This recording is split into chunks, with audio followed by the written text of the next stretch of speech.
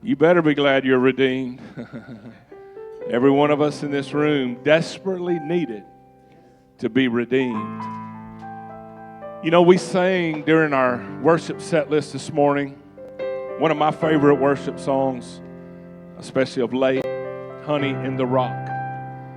And the thought behind that song is, the Psalms say that God will bring honey out of a rock in the middle of the wilderness. And what I love about that is it means that, come on, He's not bound by our circumstances to bless us. And not only that, He can take something that seems to be negative, something that seems to be difficult, something that seems to be against us, and from that He can draw honey from the rock. And we've got one of our pastors, one of our lead team members this morning, that God has done that for in 2023 on a couple different occasions.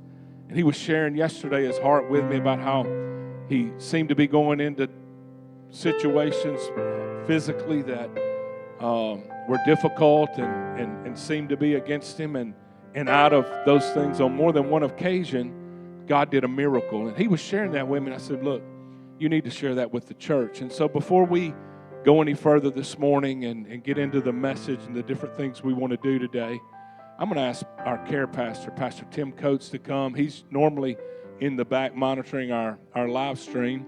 I think he's doing it from the front row on his iPad right now. But I'm going to ask Pastor TC to come and just give us a testimony of what God's done for him this year. Come on, y'all make him welcome as he comes.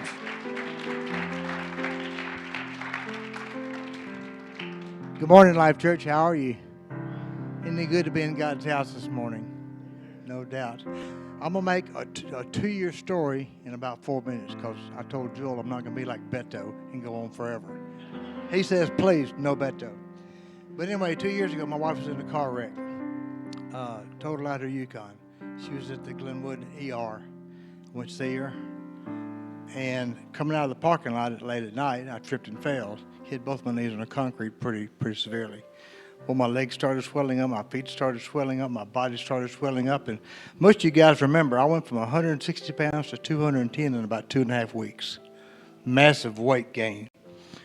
Through the process, it found out through Dr. Hinkle at the Gastro Clinic here in Monroe, and then they sent me to a liver specialist in Shreveport.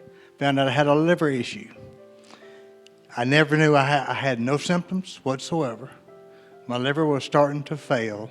And because I was faithful to my wife to go see her in the hospital, and I tripped and fell, I found out I had a liver problem. They drained 8 2-liter bottles of fluid off my body. That night, God healed me. I've had no more liver problems. Blood work is great. And Satan was working behind the scenes to bring me down. Then recently, I went in to have a little eyelid surgery. As we get old, we know our eyelids kind of droop a little bit. And the doctor Vakovius over in Shreveport required blood work and an EKG. Blood work went through fine. But the EKG, I failed it. So I went to see Dr. Sampanero, who's my cardiologist. And Amber, his nurse, says, you're feeling great. I said, I feel better now than I felt 20 years ago. And she said, well, it looks like your liver problem's solved. I said, let me tell you about my Jesus. So I got an opportunity to share with the whole staff there. Well, come to find out, I did the stress test, and I failed. I came back that Friday to do a nuclear stress test, and I failed. So Dr. Sepinel says, I got to go up in there and look. And I said, what do you mean? Got to do a heart cath. Why? I feel great. There's something there. I says, okay, you do what you got to do. I was hesitant. My son Brad says, Dad, get it done. Let's just put this behind us. My wife's had a lot of heart problems. So I've been through the heart cath with her being on that side many times before. When Dr. Sampanero went in, he found one blockage of 90%. The other one was 95%. That's what they call the widowmaker. If something stops up, you're gone. I had no symptoms. I was working, very, very active. I never had a shortness of breath. Again, no symptoms whatsoever, period. Dr. Sampanero told my wife he is an extremely lucky young man. And I told the nurses inside there at PNS Center, who were great, I said, let me tell you about my Jesus. So then we got to share it again too. So there's been 2 miracles within about a year and a half that I had problems going on that I never knew that I had. So I told Joel. Joel says, "Hey, TC, he ain't through with you yet." I says, praise God for that too. So never think that God is not faithful. He's working behind the scenes, whether you know it or not. Whether you ignore him or not, his Spirit is with you. His Son loves you.